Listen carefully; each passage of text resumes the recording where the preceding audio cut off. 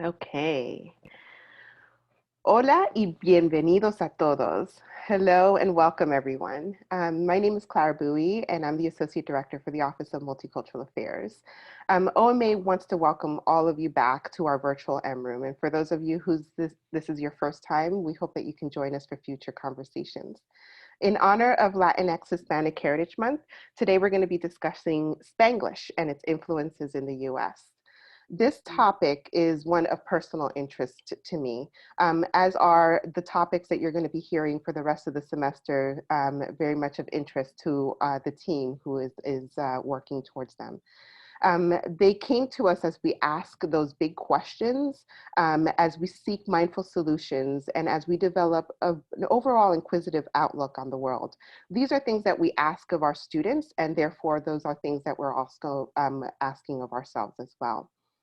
As we navigate the complexities of identity, particularly that of Latinx Hispanic identities, these identities are formed by so many socially constructed pieces that have dictated who we are. And language is a large part of that complexity.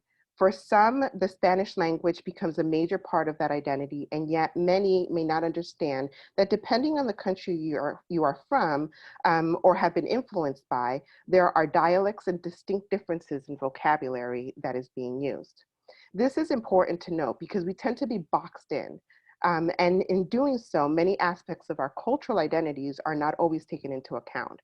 It is difficult to address all of these complexities that come with our identity. For one, I am a Dominican American. I'm raised as a bilingual. I speak both Spanish and English, and I can switch between both languages, and I'm able to utilize them both to my advantage, having been taught that they are equally important and undeniable resources. There have been rules to this privilege, however. Growing up, I was told to use proper grammar, not mix the languages. Spanish is Spanish and English is English. Mixing the two languages was frowned upon, although not that they didn't stop me from code switching, which is usually what I did among my friends. And when I did that, I did feel a bit rebellious doing that. While exploring this topic, I went in thinking, okay, so how can this language be a resource? Is it even a language? I was told that using Spanglish is not only informal, incorrect, wrong, and even possibly disrespectful, but that it is also seen as a deficit, making me feel that using it would mean I may not have enough vocabulary in one language or in the other, and therefore I use both to convey understanding. Essentially, I'm not fluent enough in either, right? The reality is that given the complexities in our identities, Spanglish has become a common language, a language formed by a community of people whose common marker is both languages, and therefore integrating community language patterns. Regardless of the Spanish-speaking country the community is made up of, so Spanglish can be used among Dominicans and Peruvians, for example, and many other combinations. I truly found that intriguing. And so while I was researching, I found a great video explaining this question, how this form of language can be a resource. I came across Dr. Eric Johnson, who is an associate professor of bilingual ESL education at Washington State University, and whose research focus is on ethnographic approaches to language minority education programs and language policies in public schools. In his TEDx Richmond talk, honoring Spanglish as a resource, Dr. Johnson talks about Spanglish as a community language and how it is and should be considered a resource. So what we're going to do is we're going to take some time now to take a look at this TED Talk and hear what his stance is on how he sees it as a resource. And we'll come back together and further discuss the topic as a community. Okay.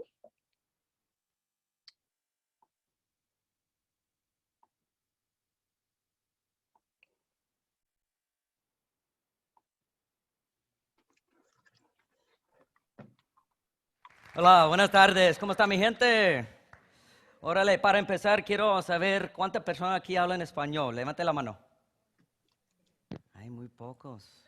Casi puro gringo que no habla español. Pobrecitos, ¿no? Okay, so if you don't speak Spanish, basically what I said is, hi, my name's Eric, thanks for coming.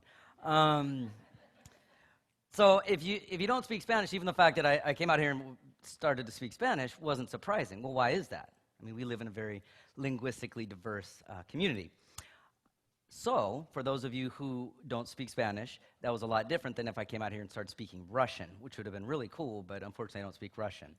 So now what I'd like to do is draw your attention to the photograph I have up on the screen, and I want you to think about your daily commute, or even the drive over here to this venue today. As you think about your commute, seeing signs like this in Spanish and English probably isn't a big deal. It happens, it's all over the place. It's something that we have just become accustomed to since we live in such a linguistically diverse community. But to others that don't live or aren't fortunate enough to live in a community like this might seem strange or weird. Right? Actually, to people who live here that see this, they probably might even consider it strange or weird too, but it's here, so they're used to it. But does anybody, at whatever side of the coin you're on, have you ever thought about why this pattern exists? Why is it normal to see somebody speaking Spanish? Why do we have English and Spanish coexisting in this particular format? Right? That's something that we can call Spanglish, the use of English and Spanish strategically to communicate messages. Well, we're going to find out. The next graphic I have up here is from the Census Bureau, and it states that 13% of the United States speaks Spanish. Now, this can be surprising to some. To others, as we just talked about, it might not be that big a deal. But I think it raises three specific points that are worth unpacking. So first, the 13% doesn't indicate that the majority of these folks also speak English. Right? Which then, when you have English and Spanish speakers, that manifests in amazing bilingual communities where people use English and Spanish to operate their everyday lives. But they also implement a strategy of Spanglish to convey messages that in such a way that it's natural, it's just normal in order to be a productive community member. Okay, the second point is that with such a number of Spanish-speaking communities, large number of Spanish-speaking communities, that often fuels anti-immigrant rhetoric that politicians use to shape the way that everybody else in society sees language minority communities and their language patterns in terms of a deficit, really. And unfortunately, that can cause people to support programs that suppress languages other than English, especially in an academic realm. Now, that brings me to my third point. This type of linguistic trend emphasizes the crucial role that schools and teachers play in the process of accommodating students in their academic and linguistic progress. Now, when language is conflated with a deficit view, unfortunately, teachers often see that integrating community language patterns like Spanglish in a classroom setting can be counterproductive to academic achievement, instead of realizing that it can be a powerful resource to enhance academic progress. Well, what I want to do today is unpack Spanglish, like the concept of Spanglish, and give some examples so that the next time you hear it or see it, you'll be more prepared to have a discussion about how sound and valuable of a resource it actually is. So what is Spanglish? Well, Spanglish has been described by a ton of different people, from academics to comedians, politicians. Today, I just want to give a general description so that you will have that in your toolkit to have your conversations with your friends. So Spanglish is a form of communication that is employed by Spanish and English speakers. It shows bilingual dexterity. It's not a modge-podge or a mishmash of language. It is actually very linguistically sound, which we'll see in a minute on some subsequent slides. But most importantly, it's not a deficient form of language that the Real Academia Española, the Royal Academy of Spanish, previously had in their dictionary that it was a deformed form of Spanish. Right? Fortunately, a good colleague of mine, a language and social justice colleague, Ana Celia Centella, she led an initiative to have the Real Academia Española take that out of the dictionary so that it wasn't promoting such a negative view of it. And finally, Spanglish is not a new language. It is a strategy that is employed by Spanish and English speakers to convey messages in very creative ways. So let's look at some examples and some of the linguistics of this. Now, Spanglish comprises a variety of different characteristics. First, I think the most noticeable to people would be code switching, code being language, okay? So for code switching, you have two different types. One, you have intrasentential, so within the sentence. And that's the very first example. So I have, anoche, when I went to the store, vi a Julia. Now, it breaks at certain points that tell us that the syntax of both languages is still intact. So syntax is the structure of the language. So you would never hear anoche when yo went to the store, or anoche when I fui to the store. That just wouldn't happen, okay? But anyway, so that tells us that there are certain ways that languages are transitioned, usually at the clause level. Depends on whether it's at the beginning of an adverbial or a prepositional phrase, but it's very predictable. The other way is intersentential, so between utterances or sentences. Anoche cuando fui a la tienda vi a Julia. She looked at me but didn't even say hi. Like, que fea, right? Okay. The other way that folks have described Spanglish is by focusing in on the vocabulary. And this is often where you find points of contention, especially in classrooms. So there are distinct loan words, okay? The first one that I have up there is el Walmart. Okay? Now, this is funny, and when my friends say, oh, that's so funny, they say el Walmart, I'm like, okay, they say el Walmart in Spanish. How do you say el taco in English? Taco. Same thing, right? Well, you also have words that are English words, but they're Hispanicized, and they contour to the phonology or the sound system of Spanish, and also the orthography or the writing. So the next example is troca, which means truck. Right? Now, troca is often seen as a slang term by a lot of Spanish speakers who are from other countries, but in reality, there are more people that use troca than like in the entire country of Costa Rica. Okay? Now, that doesn't mean that it's better or worse. It just means that that's a regional dialect of Spanish that uses that particular word. We also have words like biles for bills, okay? The last one that I have is one of the most fascinating to me, watchear, which means to watch, but it's turned into a verb that can then be conjugated in over 50 different ways that Spanish speakers conjugate verbs, again demonstrating linguistic soundness. And the last set of vocab words that I wanted to go over have to do with direct translations from Spanish to English. Now, in Spanish, in English, if you have a cognate, that's like hospital and hospital. These words are different because in Spanish, in Spain or Argentina or Mexico, librería means a bookstore. What do you think it means here? Library. Right. So in other countries, you might use biblioteca instead of librería. But that doesn't mean that librería is wrong, especially when you have kids that grow up using it. Now, I was really excited when I heard that the Mid-Columbia library system actually uses the word librería to describe library when they translate their materials, which is it's a very progressive step to counter the deficit view of words like this. Carpeta is a folder in other countries. Here it's a carpet. Colegio is one that I use a lot. In other Latin American countries, it means like a high school level. Here, I use it with colegio comunitario when I talk to parents about getting their kids into college. So colegio comunitario would be a community college. Again, it's different, not wrong. It's just a regional dialect variation. Now, beyond just the code switching, beyond the way that vocabulary works with Spanglish, I really want to emphasize the importance of the identity that it represents. So the statement that I have up here is from Eva. Okay, she was an 8th grader that I interviewed as part of some research in Central Phoenix. And I asked her, she was born in Mexico, and she grew up, the majority of her life here speaking English and Spanish, used Spanglish quite often. And so I said, Eva, why do you use Spanglish? And this is the most eloquent statement you could actually get, right? Like it's used to me, like I'm used to it.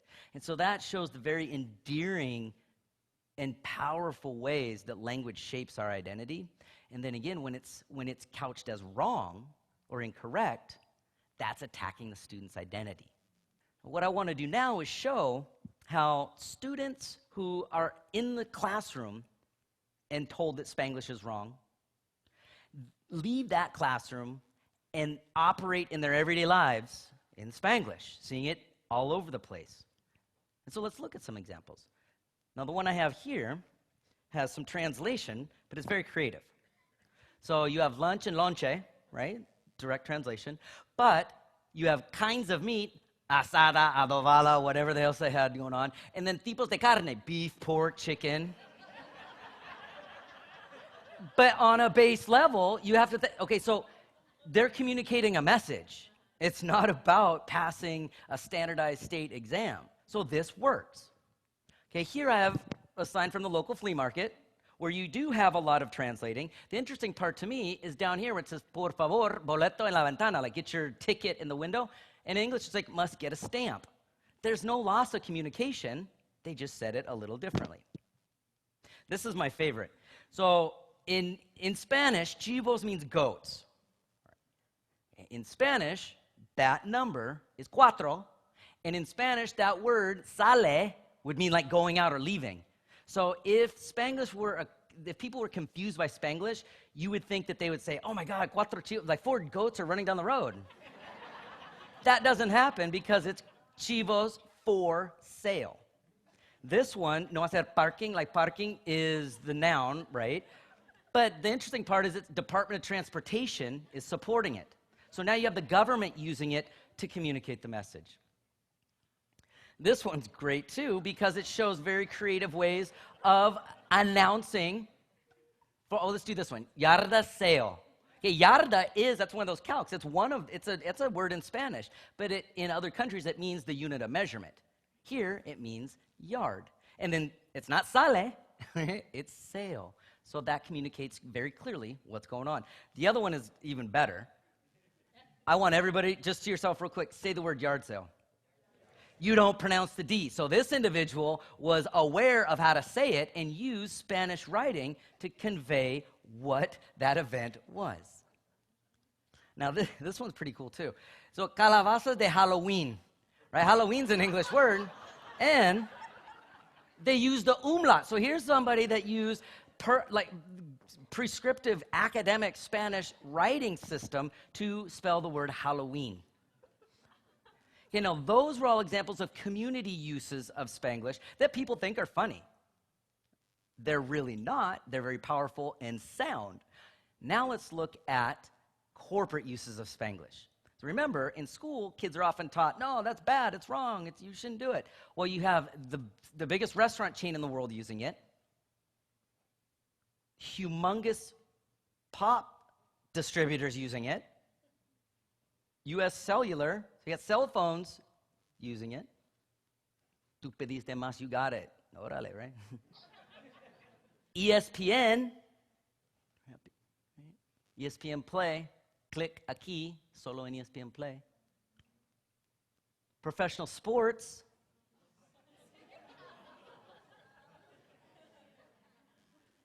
Music, pop culture. It's a way of life. Yet for some reason, when kids come into school, they see this kind of stuff.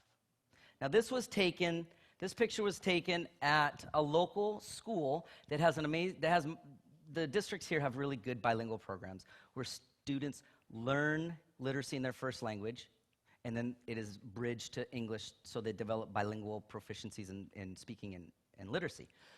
But these kids come in every day, it's a Spanish-speaking bilingual program, and see that at the front of the room. Ironically, it says Dino Spanglish to say no to Spanglish, but they had to use Spanglish to say no to it, which is really interesting to me. Now, instead of saying don't use Spanglish, there are multiple ways that teachers could incorporate it into the classroom to enhance their instruction. Here's one really basic way. You have kids write out a phrase in Spanglish, or you take those signs or lyrics, whatever, and you highlight it in the middle and have them code switch it to academic Spanish and academic English. Then you can draw connections in the writing and spelling. You can, in the grammar, if you speak Spanish, you can talk about different grammar systems and spelling and tenses in a safe and nurturing way without denigrating their identity. But once again, you see this kind of stuff is more pervasive than that. So why should teachers use community language patterns, in this case Spanglish, in the classroom? One, as I just showed, you can bridge students' community language skills to enhance their academic language registers. Next, you can really propel them academically by making content accessible, let them talk about it using their community language, and make those connections to the academic registers. But I'm more in favor of doing this for other reasons too, like honoring their identity. Let them know that how they speak, who they really are, is valued and is an asset in a school setting. By doing this, you're also cultivating what's called meta-linguistic awareness, which is a student's awareness of how language works. So they know what forms are appropriate in what contexts, instead of just being afraid to use what they've grown up speaking. And the most important, when you do things like integrate Spanglish into your classrooms, when you have library systems using community language patterns on a broader level, you counter broader deficit perspectives of language minority communities and their language patterns, which in this current political climate is run rampant, okay? So I hope now, the next time when you're in a discussion and somebody laughs or giggles at a Spanglish sign, it's okay to laugh and giggle too, but then you can unpack it and say, actually, I wish I could do that. Gracias.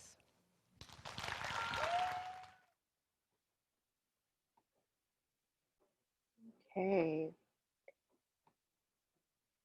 Thank you all for watching that with us. And so, yeah, so this is, I really liked the way that he was able to frame Spanglish, and it really influenced my own thoughts as to how it can be a resource for me and others. So for those of you that just watched it, what are some thoughts? What are some things that you took from this? What were your initial views on Spanglish, and has that changed based on what you heard in this video?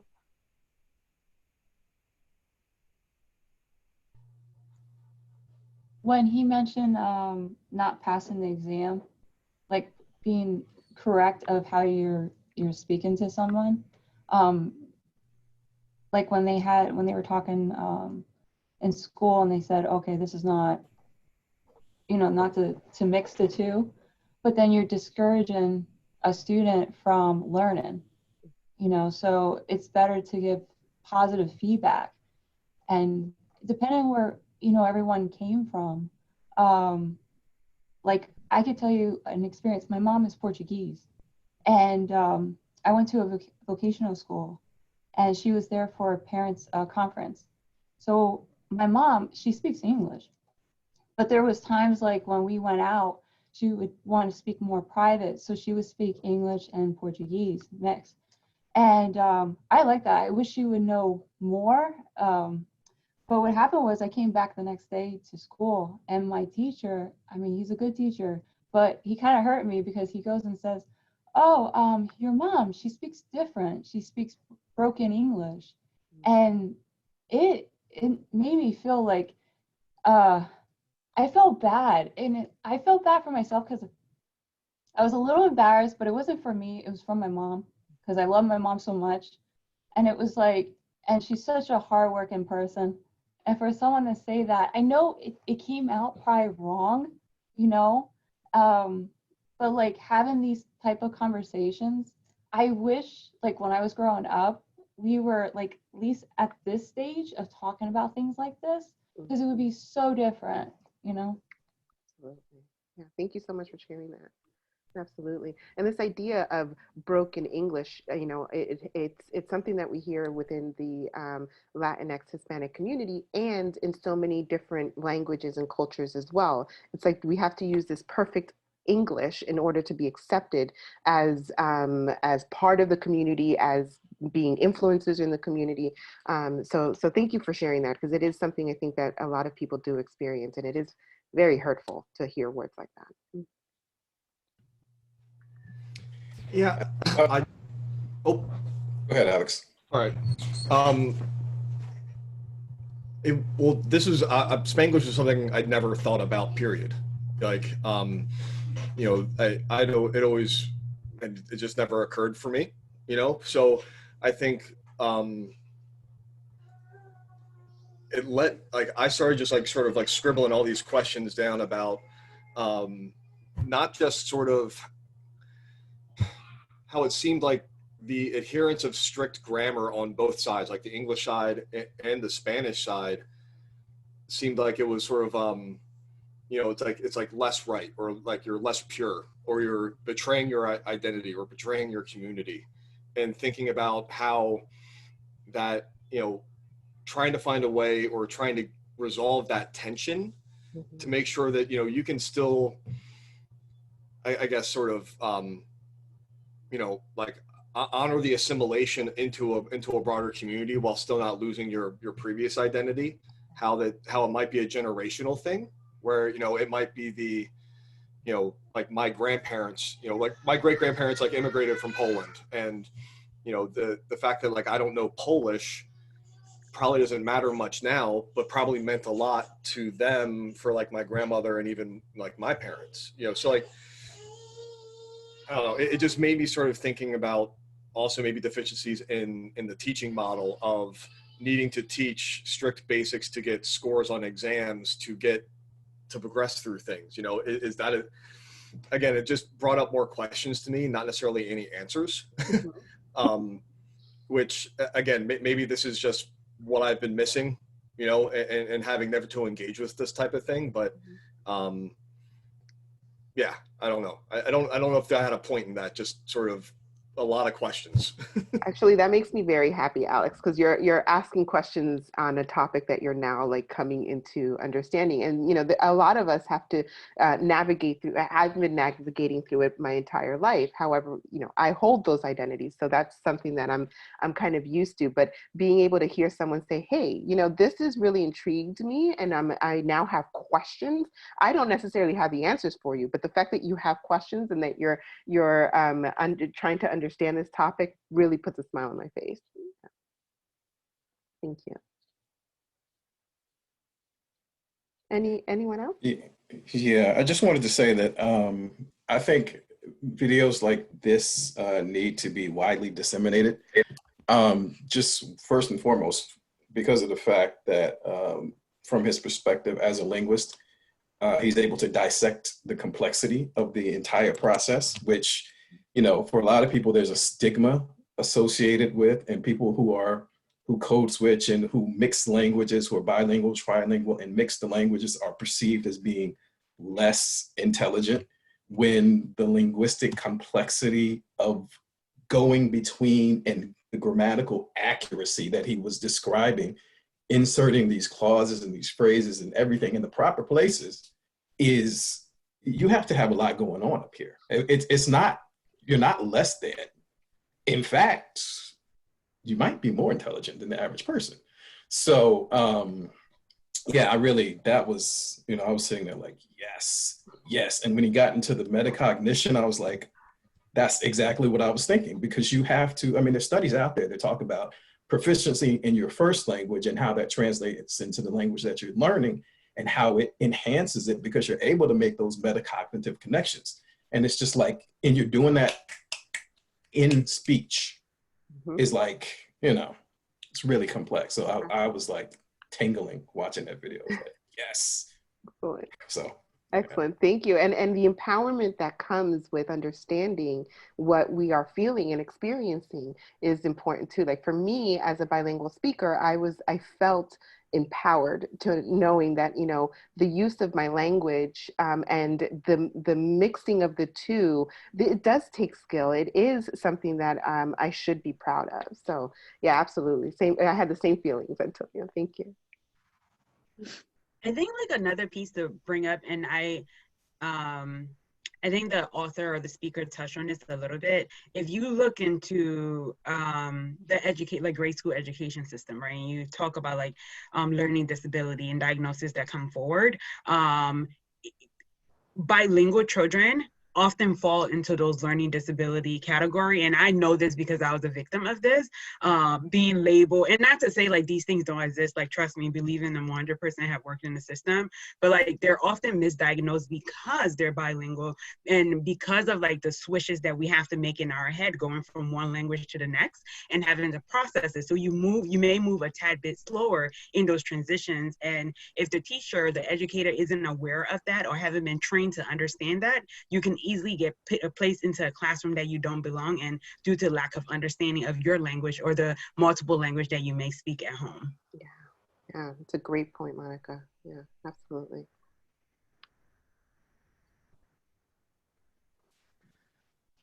I kind of want to echo Monica's point. So this video reminded this video reminded me of when I first learned the stigma around Spanglish, right? So I went to 3 different high schools, attended 3 different high schools. So the first high school was the first time I had ever attended school that wasn't predominantly Black. It was a very multicultural high school, Black, Latin, Asian, whites. And I took Spanish for the first time. And anytime we made a mistake, I remember her saying, "You were speaking Spanglish. You were speaking Spanglish." And then at some point when we would do wrong on exams or tests or oral exams, she threatened to put us into special ed because we were speaking Spanglish. And so there were times when she'd be like, "You're going off to special." I remember her telling me exactly, "You're going off to special ed. You keep speaking Spanglish."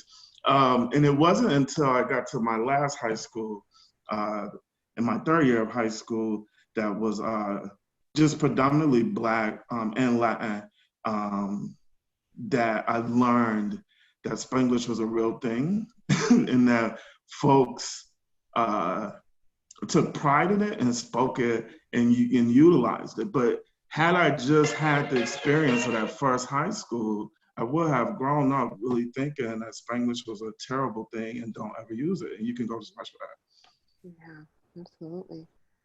And that is the experience of so many. I mean, I absolutely experienced that from even what was told to me at home. Like mixing the languages is not correct, as I mentioned when we first started here. But also having the opportunity to have lived in and studied in the Dominican Republic. My instruction was in Spanish. Actually, I went to a bilingual school, so half the day was in Spanish, the other half was in English, and I also took French as well as like the foreign language. And I remember explicitly being categorized as an American, right? And making sure that while I was in my Spanish classes, only Spanish was what I needed to speak and use. And then in English, only English, right? So even the idea of being an American in your own country, right? The stigma follows you because this language is somewhat constructed in more of an American context. It's like you're lesser than if you don't comply with the rules of being in staying within that Spanish, in that language. So yeah, so even for me, I grew up just thinking like that's absolutely wrong. However, informally, when I was with my friends, that was a thing that we did, right? That was just our way of being really connected with each other. And so there was just this very, very interesting distinction between the academic side and the informal side of the way that I utilize my language. Any other thoughts?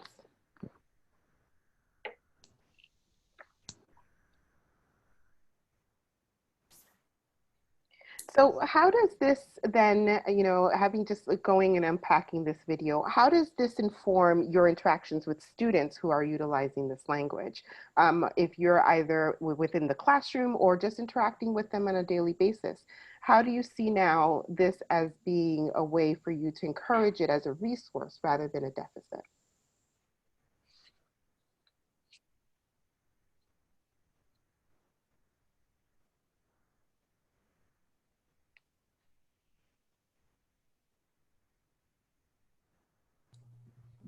Well, I have not had the opportunity as of yet to really run into this too much. Just simply sort of given sort of like where I am in the university and the interactions I have with a very limited demographic at the school. But being more aware of it, it leads me to believe that this can be a really, I don't want to say an easy way, but another tool to make sure people feel sort of like welcome, accepted, hopefully a little less awkward.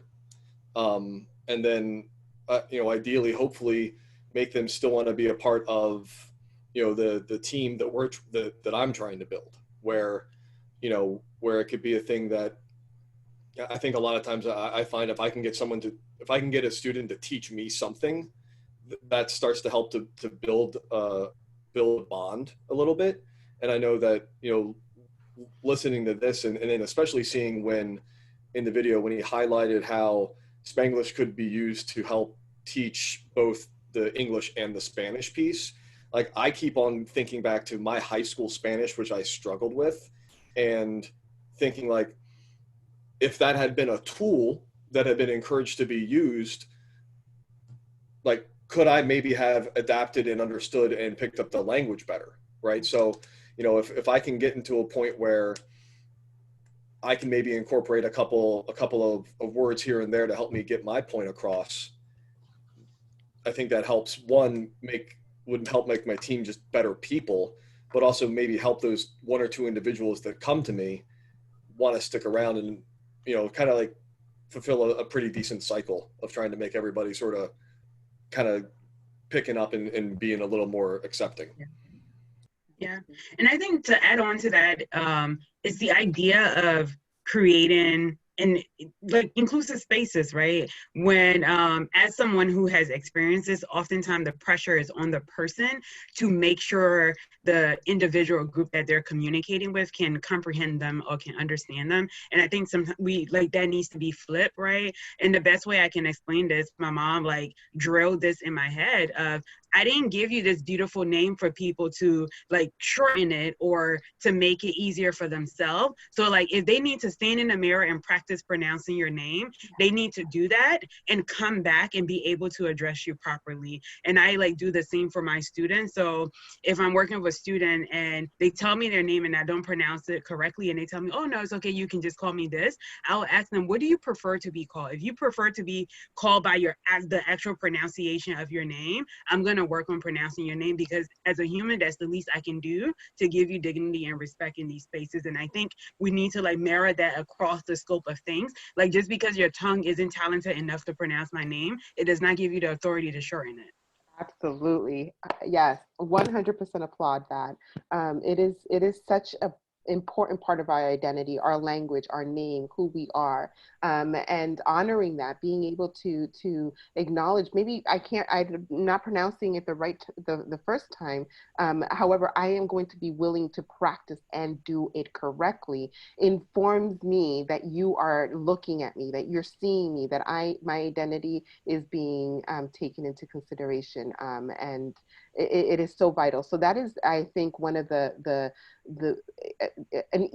one of the easiest way for us to acknowledge someone's identity is by honoring how they pronounce their names, right? And how they speak and what language they want to use it and how they want to be able to say it. Absolutely, 100%. I just have a sort of a personal anecdote about that. I once worked for a dean who was from Ghana, and after a while I had been working for him, and he said, you know, one of the reasons why you got this position was because you were the only person who walked in here and pronounced my name correctly and asked me how to do it phonetically. I did before I went to the interview, and then I worked on how to pronounce it correctly. And so it really does, you know, everybody else, he said, oh, just call me by my first name. And then as I worked there, other people would come to me and say, how do you pronounce his name so easily? It's because I learned how to. Mm-hmm. Absolutely. Yeah. And it's with anything that we do, right? We have to practice to perfect that thing. Mm-hmm. And realizing that when it comes to linguistics, the language, right, your tongue is trained to speak in a certain way. So just because my tongue isn't accustomed to a specific dialect, that doesn't mean I can't train it to pronounce that word. And I think it seems so simple, but oftentimes it is overlooked. And the bare minimum we can do, especially in the educational setting, is give our students that respect. I'm not going to call you like UD if there's a actual pronunciation to your name. Like that's the least I can do. I was going to say the exact same thing. I mean, everybody has the same points of articulation. Everybody has tongue, teeth, lips, The same sounds are produced in the same places. You just have to train and get yourselves used to it. And the fact that you are taking the time to do that is validating. And it breaks down this whole power dynamic, or, you know, in sociolinguistics, they talk about that. And it's like, you're taking the time to equalize and make everything normal. You're not standing over me saying that I'm better than you, but I'm saying that you are just as good and you are equal to me. So, yeah, I mean, and that's, you know, part of that inclusiveness and part of that equity that we need to strive for. So, definitely 100% agree with that. I respect everyone's comments as in the last topic that everyone's been discussing, but it also works from the opposite end. I once took a linguistics course in my undergrad years, and I remember the professor distinctly expressing or describing how different regions of the state, different regions of the city, different regions of the country and of the world have their tongues, for lack of a better way to describe it, their tongues aren't trained to phonetically pronounce certain letters because it's not part of their vocabulary. And so they might not be able to pronounce that L the way Americans would pronounce the L. So we do have to be mindful that it's not that they lack, it's just that it's years of training and they can't pronounce certain words a certain way. So I respect being able to learn how to pronounce somebody's name, because like Monica said, it's showing them that you respect them and that, you know, displaying dignity towards them. But at the same time, we have to be mindful that certain people, because of where they come from, are not able to pronounce certain words a certain way, and therefore they shouldn't be judged as less intelligent than others. If I'm making any sense, I hope you understand that. Mm-hmm. Mm-hmm. Yeah, I wanted to echo that too, to what Yenny mentioned, but also to like what Monica and Antonio mentioned. So as an international student, like we're in like, if English is not like your mother tongue and it's not like your first language, like to be in a space where you have to, like, you know, now constantly speak in English, that takes like a psychological load. And sometimes like there is this like worry that, oh, did I pronounce that right? Did I say it in a grammatical order? And sometimes it's at least from me and like from my friends who, you know, are like Chinese, right? Like specifically, like it's not that they have that bad intention to like mispronounce your name, but it's just like they themselves are like struggling. And like I gotta be honest, like I myself, like, you know, there's certain like words, so it's kind of, I guess, a two-way street. Like you know, you want to kind of like ask people like, hey, can you pronounce, you know, my name properly, but also having that empathy to know, oh, you know what, maybe it'll take them a while before, you know, because like there are that phonetic obstacles to kind of overcome. Mm-hmm.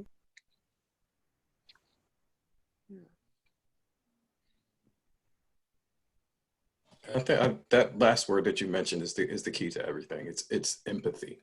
You know, putting yourself in someone else's position. Absolutely. And trying to see things from their perspective. Mm-hmm. Because we're all human beings. We have, as we said, we have the same everything, you know, and just taking the time to see it from their perspective and see where they're coming from, you know, is what makes us all human. So. Mm-hmm. I think too, the bottom line is you tried, right? And if you're unsure, you ask. I can't count how many times people just blatantly don't say my last name. Like literally. Yeah. They'll say everybody else's last name. And I'm like, you do know I have a last name, right? Mm-hmm. So I think it goes back to attitude as well, right? Mm-hmm. Because we all have these linguistic challenges, no matter where we're from. Yeah. But at the end of the day, the difference in your character and approach to it is your attitude.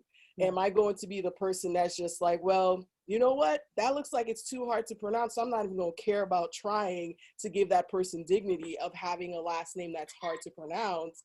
Or am I going to be like, okay, if I butcher it and then say, I'm sorry, can you help me pronounce it? Or can you give me a little lead into it? That makes more of a difference to me than anything. Absolutely. Yeah. I think I just need to, I want to make sure that my point wasn't, it didn't come across the wrong way. Names are unique to an individual. So if you take, regardless of your challenges, if you take the time and effort and make the effort to learn how to pronounce someone's name, that's showing that there's that personal one-on-one connection. I guess what I was referring to was broader than just names, right? Like Adrian said, it's like being in a classroom and perhaps mispronouncing a word and receiving that look from your professor or your professor or even a colleague asking you, what did you say? What did you say? You know, what is that wait, I don't understand. And that tone, it's not what you're asking or what you're saying, it's the tone in which it was said that makes you feel like, oh man, I'm not smart enough, or I'm a little less than that person because they speak fluent and correct English. And one of the things that Adrian said is that when you the sequence of the words, because you might be thinking in your native language, the sequence of the words in the proper English don't come out correctly, and people judge you, or at least it comes across as people judging you. So I just want to make sure that that was clear. Yeah. Yenny, I understand 100% what you're saying. And I often see it from the opposite end of, like, when I travel, when I'm in another country where English isn't a primary language and I'm not fluent in that language, or I may not understand the language, I don't feel shamed. I'm not embarrassed. Like, I don't feel any type of repercussion of not being able to speak that language or not knowing that language.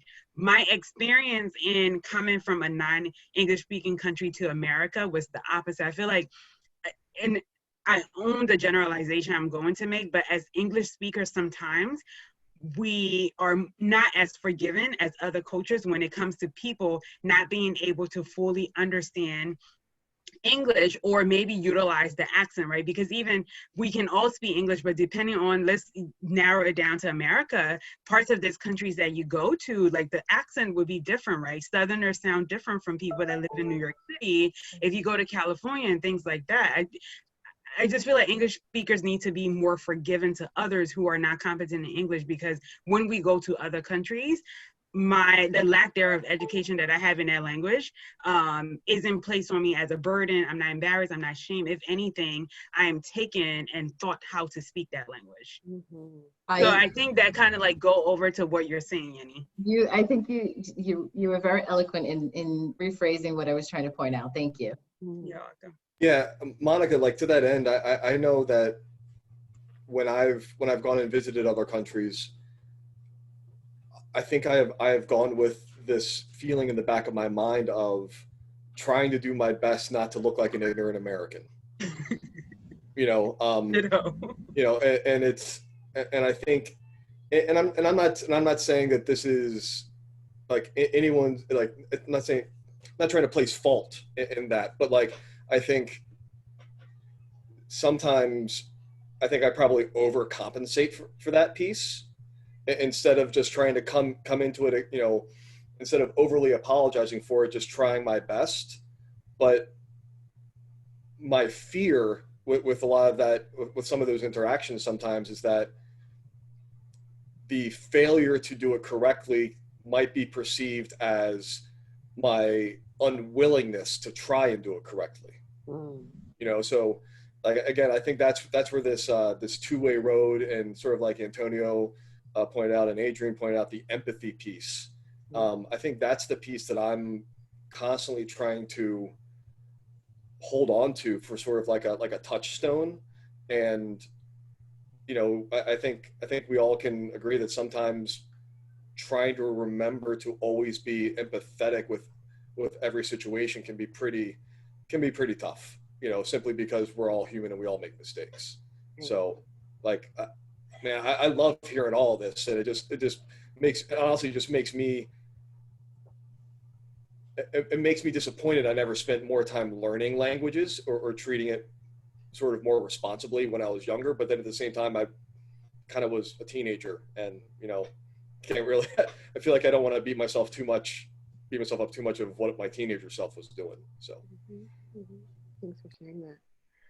So this has been some great conversation back and forth, and I would love to hear now some of your takeaways from the things that you've heard from our colleagues from the video, things that you can implement. I mean, we've talked quite a bit about empathy, and I think it's important to really to have that at the forefront, and it's also important to understand that a lot of this also comes with our hidden biases and how we approach one another, right?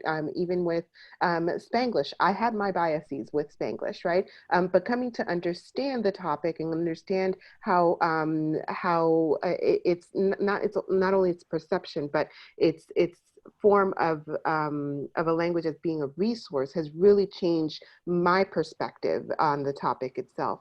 So I would love to hear some of your takeaways from this discussion before we end today.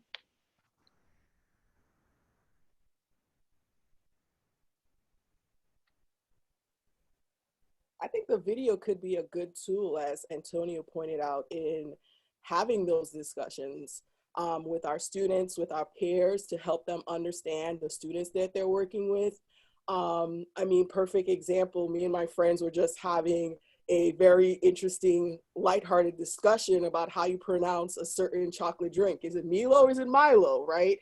And discovering, depending on where in the world you had it or came from, you say it differently, and hey, that's okay. And just using that as a tool to invite people into the space to have that conversation, to understand their students, understand the different communities that the students come from. And that'll help them with things like how they interact with the students, the expectations they have from the students. So the video in itself is such a great tool. And the added discussion we had centered around the video can add to discussions we have later and out of this space. Mm-hmm. And just real quickly, Denise, where did you and your friends land on that? Because I still don't. I still don't. We agreed that we're gonna call it what we grew up calling it, and we ain't gonna have no problem with each other when we say it differently. And when we go to each other's house, we're gonna say it how they say it in their house. Okay. I like that. Okay, thank you, Denise. Anyone else? Also, I find it interesting how, because I saw like the video later, but how treating like language in general as a resource, right? Because I feel like on the US campus, it's not just like Spanglish, but you also have like, Chinglish, or for my language, it's Taglish. You also have like, again, people from all different walks of life, like Indian students, right? Like, and people from Iran, from Turkey, like our, grad students, very diverse population. Mm-hmm. So having like that same framework with people coming from different languages, knowing that language itself is like a gift, and that, we should have that, understanding that people are at different levels of like education of what they got from like their high schools or like their grade schools or like from their communities, and knowing that that's not a that shouldn't be a disadvantage, but that, we should be collaborative and kind of like being understanding. Okay, maybe they pronounce one word incorrectly, but I'm going to make sure to be, listening more actively so I understand their point. Mm-hmm. Yeah, thank you. Mm-hmm. Wonderful. Well, I want to thank everyone for joining us today. This was a fantastic conversation. I hope it doesn't end here, that you continue having these types of conversations. And as a matter of fact, we have several planned out for the semester next week. It will be a tribute to Paulo Freire, one of my faves. So I'm excited to hear that conversation. So join us every Thursday from 12 to 1, same link, and we'll send out reminders. One more thing I will like to add is that we are opening up our Real Talk discussions to our community. So if anyone is interested in hosting a specific topic, we ask that you please contact us. There is a form that we will have in our newsletter as well, so that you can make suggestions on topics. We would love them to be collaborative, topics that will intrigue the conversation within our community, as well as an opportunity for us to find some possible solutions to the topics that we present. If you have any questions about that, please feel free to reach out to us. And again, I thank you so much for coming today. Thank you. Thank you. Thanks, Clara. Thanks for hosting Thank this. you. Absolutely. Thank Yeah. you. Thanks. Take Thank care. you.